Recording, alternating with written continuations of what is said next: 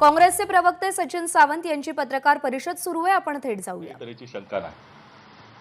आतापासून इथपर्यंत भारतीय जनता पक्षानं जे आरोप केले ते बेफाम होते, कुठल्याही पुराव्याशिवाय होते आणि त्यांनी या प्रकरणाशी महाराष्ट्र विकास आघाडी सरकारला जोडण्याचा सातत्यानं जो प्रयत्न केला त्यामध्ये खऱ्या अर्थानं पाहायचं झालं तर वेळोवेळी ते तोंडघशी पडलेले आहेत आणि सगळे जवळपास जे केलेले आरोप आहेत ते खोटे ठरलेले आहेत आणि त्यांना या संदर्भामध्ये सरकारशी कोणताही संबंध जोडता आलेला नाही ही वस्तुस्थिती आहे.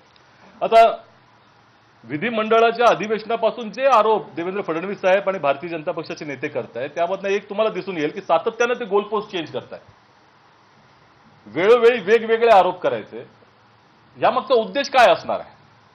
खऱ्या अर्थानं पाहायचं झालं तर 3 आरोप त्यांनी जे प्रामुख्याने केले. पहिला जो प्रमुख मुद्दा जो आहे त्याच्याकडनं लक्ष विचलित होऊ देता कामा नये आणि तो म्हणजे अँटेलियाचं स्फोटक प्रकरण आणि मनसुख हिरेन यांची झालेली त्या ठिकाणी हत्या, त्यांचा जो झालेला मृत्यू. दुसरा जो त्या ठिकाणी त्यांनी आरोप जो केला होता त्यामध्ये त्यांनी असं म्हटलं होतं की परमवीर सिंग यांचं जे पत्र आहे त्यांनी मुख्यमंत्र्यांनी लिहिलेलं त्याच्या आधारे त्यांनी गृहमंत्र्यांवर आरोप केले. तिसरा जो मुद्दा आला नंतर अचानकपणे तो आला रश्मी शुक्ला यांचा अहवालाच्या संदर्भामध्ये. त्यांनी जे अनधिकृतपणे फोन टॅपिंग केलं आणि त्याचा जो अहवाल ऑगस्ट महिन्यामध्ये दिलेला आहे, ऑगस्ट 2020ला, त्या अहवालाच्या आधारे त्यांनी आरोप केले. आता हे वेगवेगळे आरोप तुम्ही जर पाहिलं तर त्यांचा एकमेकाशी कोणताही संबंध नाही, या प्रकरणांचा एकमेकाशी संबंध नाही. काल परत्वे देखील ते वेगवेगळ्या काळात झालेल्या गोष्टी आहेत. असं असताना अशा तऱ्हेचे आरोप का केले गेले? यामध्ये परमवीर सिंगांची चौकशी होऊ नये या उद्देशानं मूळ मुद्दा दुर्लक्षित राहावा याकरता त्याचा केला होता का? परमवीर सिंगांकरता कव्हरिंग फायर जे मिलिटरीमध्ये जी टर्म आहे ती कव्हरिंग फायर देण्याचा प्रयत्न झाला होता का? खऱ्या अर्थाने या सगळ्या गोष्टीचा उलगडा निश्चितपणे या पुढच्या कालावधीमध्ये होईल आणि भारतीय जनता पक्षाची हीच योजना होती का? त्यांनी हीच व्यूहरचना केली नंतर याचंही उत्तर निश्चितपणे मिळालं पाहिजे. आता तुम्ही रश्मी शुक्लांचं कालचं जे प्रकरण तुम्ही पाहिलं, रश्मी शुक्ला यांनी ऑगस्ट महिन्यामध्ये म्हणजे खऱ्या अर्थानं ऑगस्ट 2020 7 महिने जवळपास होऊन गेले त्यावेळेला अनधिकृतपणे फोन टॅपिंग केलं. त्यांनी कारण दुसरं दाखवलं आणि दुसऱ्याच कारणासाठी फोन टॅपिंग केला आणि तो अहवाल त्यांनी जो दिला होता त्यानंतर जवळपास 7 महिने उजळले, 2 जवळपास अधिवेशनं गेली. त्या अधिवेशनामध्ये किंवा या 6-7 महिन्यामध्ये भारतीय जनता पक्षाला याची आठवण झाली नाही ही वस्तुस्थिती आहे. आता या आरोपातली हवा मुख्य सचिव सीताराम कुंटे साहेबांच्या अहवालानं पूर्णपणे निघून गेलेली आहे, यात काही शंका नाही. प्रश्न आता देवेंद्र फडणवीस साहेबांना विचारला जातो आणि त्याचं उत्तर ते देत नाहीयेत की हा जर अहवालच खऱ्या अर्थानं जो दिला गेला होता त्याच्याबद्दल सीताराम कुंटेजींनी जो अहवाल दिला त्याच्यामध्ये सरळ सरळ म्हटलंय की त्या अहवालाबरोबर 6.3 जीबीची जी काही पेन ड्राईव्ह दाखवली गेली ती दिलीच गेली नव्हती सरकारला. मग जर ती सरकारला दिली गेली नव्हती तर मग फडणवीस साहेबांनी कुठली 6.3 जीबीची पेन ड्राईव्ह दाखवली आणि केंद्रीय गृह सचिवांना जाऊन काय दिलं त्यांनी? यात खोट्या माहितीच्या आधारे तक्रार केली का? आणि यातनं महाराष्ट्राची बदनामी निश्चितपणे झालेली आहे, यात कोणत्याही तऱ्हेची शंका नाही. आणि म्हणूनच आता जे काही त्यांनी आव आणलेला आहे की तो अहवालच कोणाच्या दुसऱ्याने तयार केलाय वगैरे, सीताराम कुंटे साहेब सारख्या अत्यंत ज्येष्ठ अशा सनदी अधिकाऱ्यावरती अशा तऱ्हेचा आरोप करणं हे अत्यंत अयोग्य आहे. आता हे गिरे तो भी टांग उपर अशा तऱ्हेची भूमिका देवेंद्र फडणवीस साहेबांची चाललेली आहे, याच्यात काही शंका नाही. परंतु मूळ मुद्दा हा राहतो, तुम्ही लक्षात घेतलं पाहिजे. रश्मी शुक्ला या फडणवीस साहेबांच्या अत्यंत विश्वासातले अधिकारी हे आता स्पष्ट झालेलं आहे आणि त्यांनी ऑगस्ट महिन्यामध्ये अहवाल दिला. या अहवालाची माहिती त्यांनी काही आत्ता दिलेली आहे असं वाटतं का आपल्याला?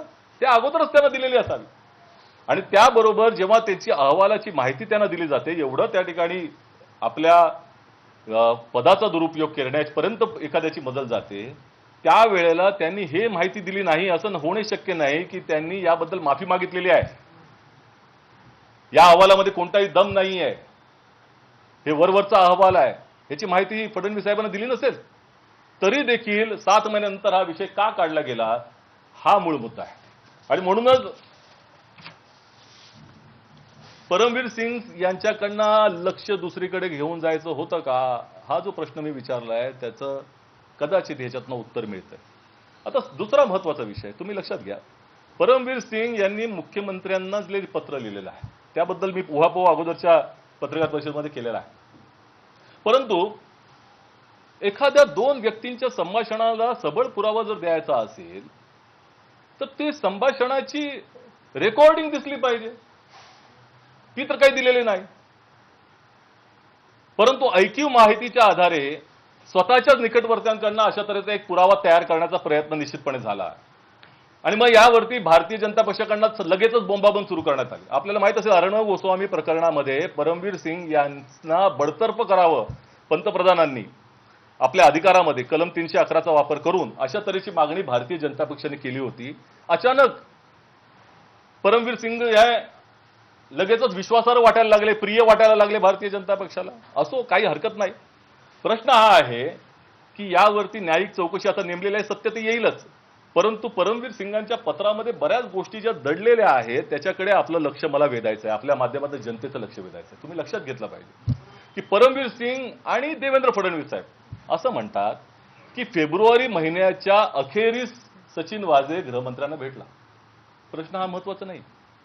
फेब्रुवारी महिन्याच्या अखेरीस प्रश्न असा आहे की 25 तारखेला अँटिलियाची घटना झाली, त्या अगोदर ती व्हेकल तिथं प्लांट करण्यात आली.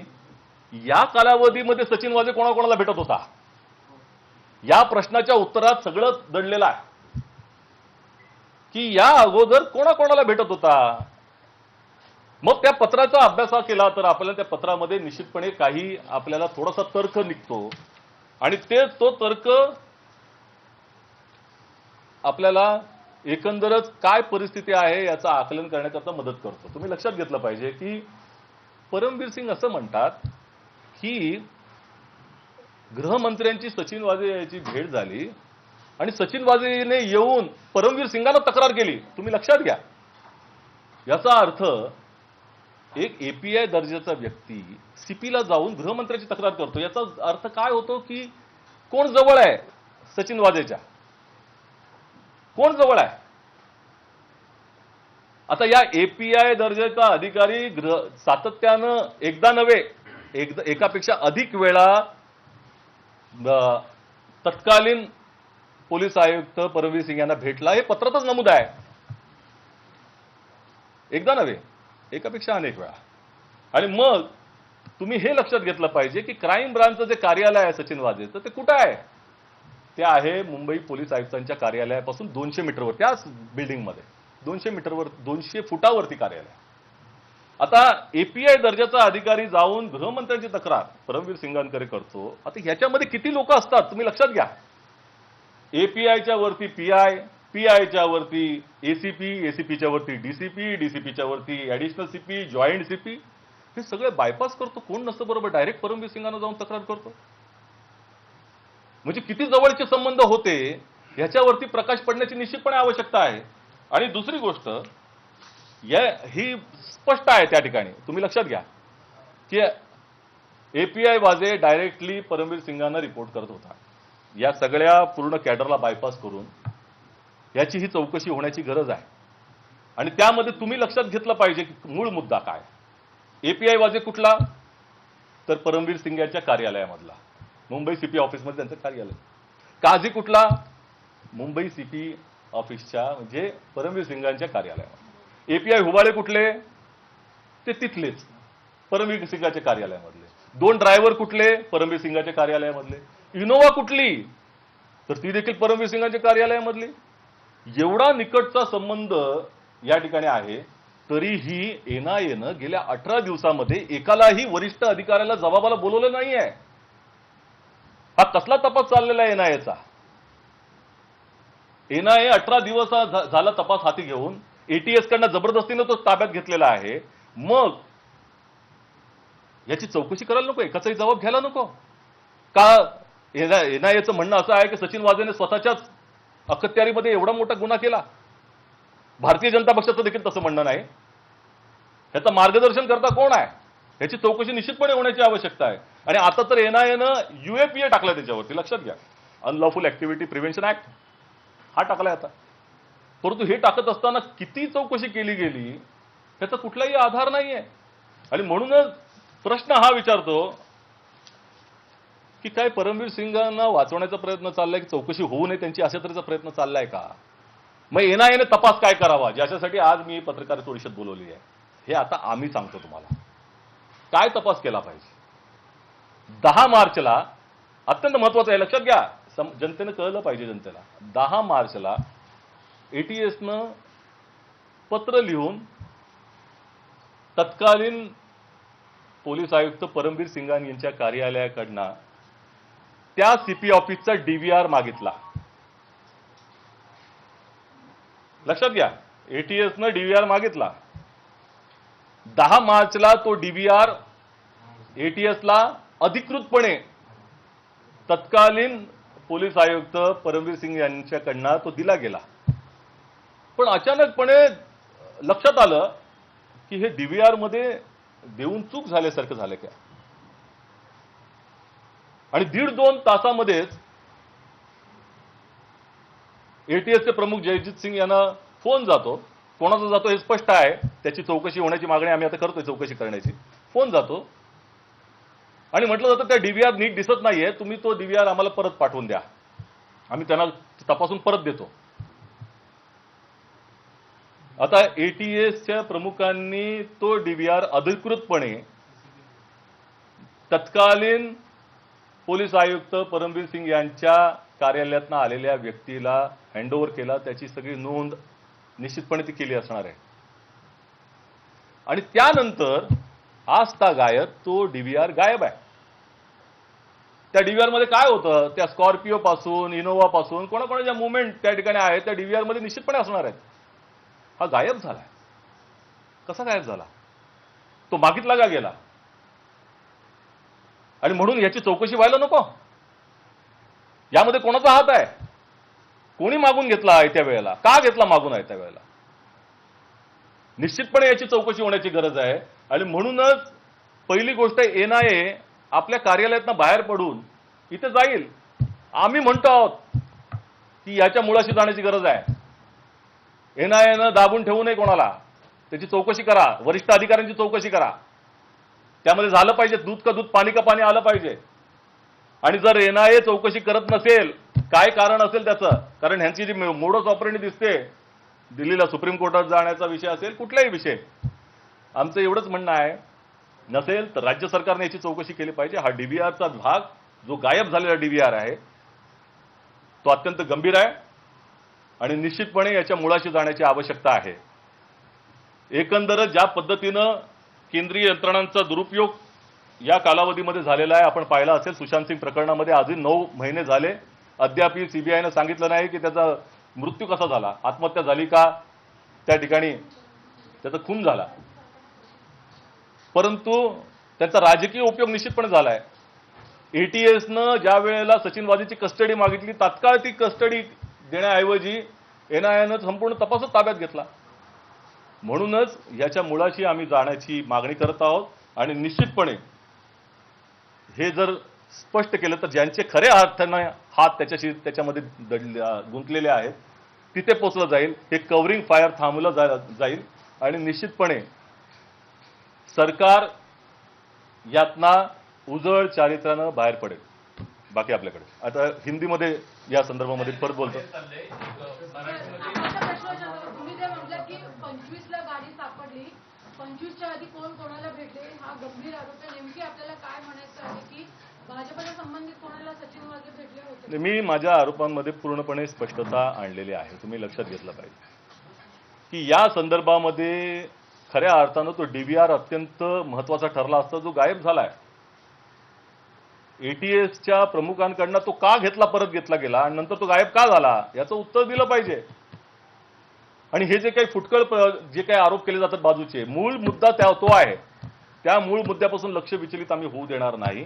एकंदरच या एंटेलिया प्रकरणामध्ये ज्या पद्धतीनं घडामोडी घडलेल्या आहेत त्या केवळ सचिन वाझेच्याच एका व्यक्तीच्या वरती केंद्रित नाहीत.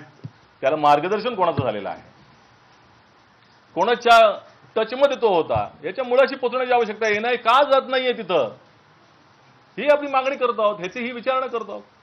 एनआयए परमवीर सिंग यांना वाचवण्याचा प्रयत्न करते कारण की डीबीआर मध्ये सगळ्या गोष्टी स्पष्ट बाहेर येतात. त्यामुळे आता ह्या संदर्भामध्ये आम्हाला आश्चर्य वाटतं. 18 दिवस झाले. तुम्ही लक्षात घ्या, UAPA सारखा त्या ठिकाणी गुन्हा दाखल केलेला आहे, तो तुमच्या कस्टडीमध्ये आहे. त्याच्या वरिष्ठांची चर्चा करायला नको तुम्हाला? एकाला तरी जबाबदार बोलवलं पाहिजे. किंवा काय होता तुम्हाला माहिती आहे का, हा तुमच्या ऑफिसला यायचा की नाही यायचा, किती वेळा यायचा, त्या ऑफिसच्या त्याच्या आजूबाजूच्या लोकांना तर भेटलं पाहिजे. जिथं ऑफिस आहे तिथं केलं पाहिजे, त्याच्या वरिष्ठांना केलं पाहिजे. मी मगाशी सांगितलं, PI, ACP, DCP, joint CP, additional CP हे सगळे मंडळी असतात. हा तर बायपास करून डायरेक्ट CP भेटायचा. मग जे जे लोकांशी तो संपर्कात होता त्याच्याबद्दल चर्चा झाली पाहिजे, त्याची चौकशी झाली पाहिजे. आमची एवढीच मागणी आहे. ही का केली जात नाही हा प्रश्न आहे, आणि मग त्याचं उत्तर त्यातनं दिसतं. सर, UAPA सारखा गंभीर आरोप करूनही राष्ट्रीय एजन्सी NIA याच्या संदर्भात फार सखोलपणे विचार करण्यास अपयशी ठरते असं वाटतंय तुम्हाला? नाही, आमचं म्हणणं हेच आहे की अपेक्षा हीच आहे की NIA याच्या मुळाशी जावं. कारण ज्या पद्धतीनं हा तपास आता चाललेला आहे तो पुन्हा CBIच्या ज्या पद्धतीने सुशांत सिंग राजपूत प्रकरणामध्ये झाला त्याच धर्तीवर नेण्याचा प्रयत्न चाललेला आहे. आणि म्हणूनच या प्रकरणामध्ये NIAची जबाबदारी आहे की त्यांनी जी काही एकंदरच जी प्रक्रिया राबवली आहे ती पारदर्शक असली पाहिजे, ही त्यांची जबाबदारी आहे. वरिष्ठ IPS अधिकारी जे आहे जे भाजपच्या बाजूने होते त्यांना कुठेतरी वाचवायचा प्रयत्न आहे का? नाही, पहिली गोष्ट मला म्हणजे त्याच्यामध्ये दोन वेगवेगळे विषय आहेत. ह्या प्रकरणामध्ये निश्चितपणे कुठे ना कुठेतरी भारतीय जनता पक्ष बदलत्या भूमिकेमध्ये दिसतोय. सुरुवातीला जे आरोप केले नंतर ते विसरून गेल्यासारखं झालेलं आहे. मूळ मुद्दा तोच आहे, अँटेलियाचं प्रकरण आणि मनसुख हिरेन यांची हत्या. आम्ही पहिल्यापासून म्हणतोय की जो कोण दोषी असेल त्याच्यावर कारवाई करणार. त्या हिरेन परिवाराला त्या ठिकाणी न्याय मिळाला पाहिजे हीच आमची भूमिका होती, आणि ATSनं त्या पद्धतीने तपासही केला, त्याचा उलगडाही केलेला आहे. प्रश्न असा आहे की त्याच्या पुढे का जात नाही NIA, हा मूळ मुद्दा आहे. परमवीर सिंह आणि माजी मुख्यमंत्री देवेंद्र फडणवीस यांची दिल्लीमध्ये भेट झाली असं अनेक वेळा महाविकास आघाडीच्या नेत्यांनी आरोप केले. हे बघ, याबद्दल मी काही जी मला माहिती आहे त्याबद्दल मी बोलतो. जे काही महाविकास आघाडी ज्यांनी म्हटलेलं आहे त्यांनी तुम्ही विचार. दिल्लीमध्ये परमवीर सिंग गेल्याचं काही चर्चा सुद्धा आहे आणि त्यानंतर अशा पद्धतीनं लेटर बॉम्ब. पहिली गोष्ट तर मी अपेक्षा व्यक्त करतो की केंद्रीय यंत्रणा अत्यंत पारदर्शक होतील. ते लोकशाहीसाठी फार आवश्यक आहे. त्यांचा राजकीय उपयोग होता कामा नये. आणि म्हणूनच गेल्या 2-2.5 महिन्यामध्ये जितक्या ईडीच्या नोटिसा कोणाकोणाला गेलेल्या आहेत त्याची यादी समोर आली पाहिजे. आमचं हेही म्हणणं आहे की NIAने काय तपास केला आतापर्यंत तेही त्यांनी सांगितलं पाहिजे. की एकंदरच ते काही छोट्या छोट्या बातम्या सोडण्याचा प्रकार जो चाललेला आहे तो थांबवावा, आणि जो सरळ सोट काय त्यांनी तपास केलेला आहे तो समोर यावा. काय चाललेलं आहे त्याचा आश्वासक अशा तऱ्हेचं चित्र निर्माण झालं पाहिजे. ही लोकशाहीला पूरक भूमिका असते. परंतु तपास यंत्रणा केवळ राजकीय अजेंड्यावर चालतील तर मग अत्यंत दुर्दैवाचं राहील. सर, इतर राज्यांच्या जेव्हा निवडणुका असतात तेव्हा महाराष्ट्रामध्ये अशी प्रकरणं येतात, महाराष्ट्राला बदनाम करत असल्याचा आरोप सत्ताधाऱ्यांकडून केला जातो. तुम्हाला असं वाटतं का की इतर राज्यांच्या निवडणुकांसाठी महाराष्ट्राला अशा पद्धतीनं वापर केला जातो? महाराष्ट्राला अस्थिर करण्याचा, महाराष्ट्र विकास आघाडी सरकार अस्थिर करण्याचा सातत्यानं प्रयत्न गेल्या 1.25 वर्षामध्ये पाहिलेला आहे आपण. त्या प्रकरणामध्ये ते पालघर साधू हत्याकांडाचं प्रकरण असेल, सुशांत सिंग राजपूतचं प्रकरण असेल, वेळोवेळी जी काही प्रकरणं आली त्याला अत्यंत चुकीच्या पद्धतीनं त्या ठिकाणी वळण द्यायचं आणि सोशल मीडियामध्ये अपप्रचार करायचा. काही निवडक त्यांच्या अखत्यारीतल्या जे काही माध्यमं आहेत त्यांचा दुरुपयोग करायचा आणि खोटे नाटे अत्यंत बेफाम आरोप करायचे. तार्किक आधार कुठलाही नसतो. आम्ही ज्या तऱ्हेनं आज आरोप करतो आहोत त्याला तार्किक आधार आहे. परंतु दुसऱ्याला आता ही जर इतकं बेजबाबदारपणाचं वर्तन जर ह्या विरोधी पक्षाकडनं होत असेल तर काय म्हणावं. म्हणजे CDR तुम्ही दाखवता, तो CDR अनधिकृत आहे, तुम्हाला घेऊ शकत नाही. कोण देत आहे? माननीय माजी मुख्यमंत्री. तुमचा आदर्श काय देणार लोक? दुसरं गोष्ट, आता तो 6.3 GB डेटा पेन ड्राईव्ह लगेचच म्हणायचं सीताराम कुंटेंचा अहवाल चुकीचा आहे. म्हणजे असं बोलणं योग्य नाही. प्रश्न असा आहे की तुम्ही हे आरोप केलं पाहिजे. तुमचा या सरकारवरती किंवा लोकशाहीमध्ये विरोधी पक्षाची अत्यंत प्रमुख भूमिका असते आणि ते त्याच्या सरकारवरती लक्ष ठेवणं, बारकाईनं सरकारवरती त्या ठिकाणी नियंत्रण ठेवणं हे त्यांची जबाबदारी आहे. परंतु अशा पद्धतीनं बेफाम आरोप करणं हे योग्य नाही. पण इतर राज्यांच्या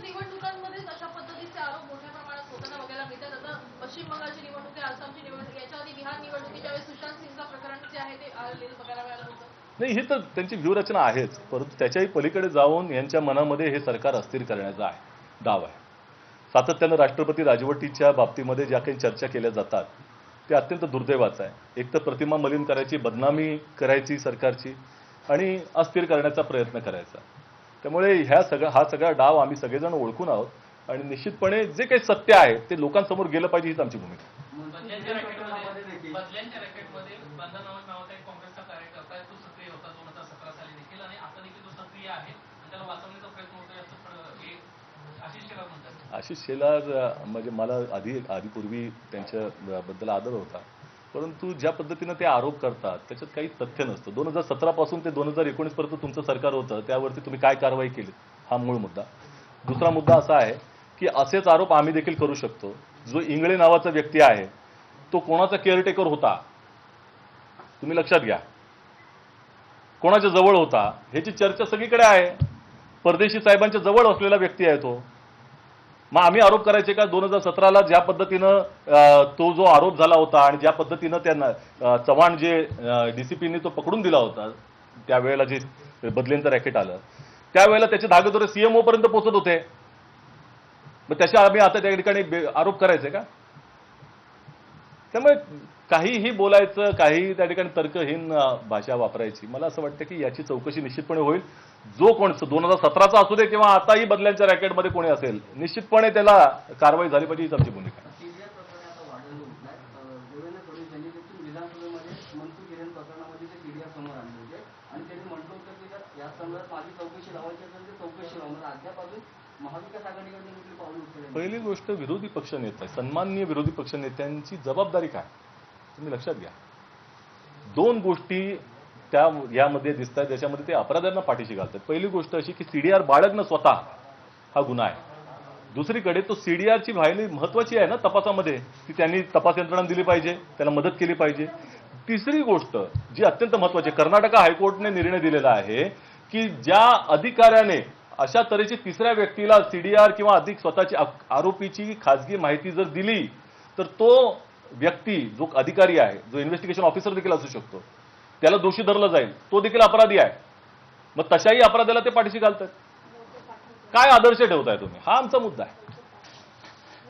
तर सचिन सावंत यांनी विरोधी पक्षावरती निशाणा साधलेला आहे. भाजपनं केलेले सगळे आरोप हे पुराव्यानिशी केलेले नाहीत, त्यांच्याकडे पुरावे नाहीत असं सचिन सावंत म्हणतात आणि त्यासोबतच एनआयएच्या तपासावर सुद्धा त्यांनी अनेक प्रश्न उपस्थित केलेले आहेत. एबीपी माझा, उघडा डोळे बघा नीट.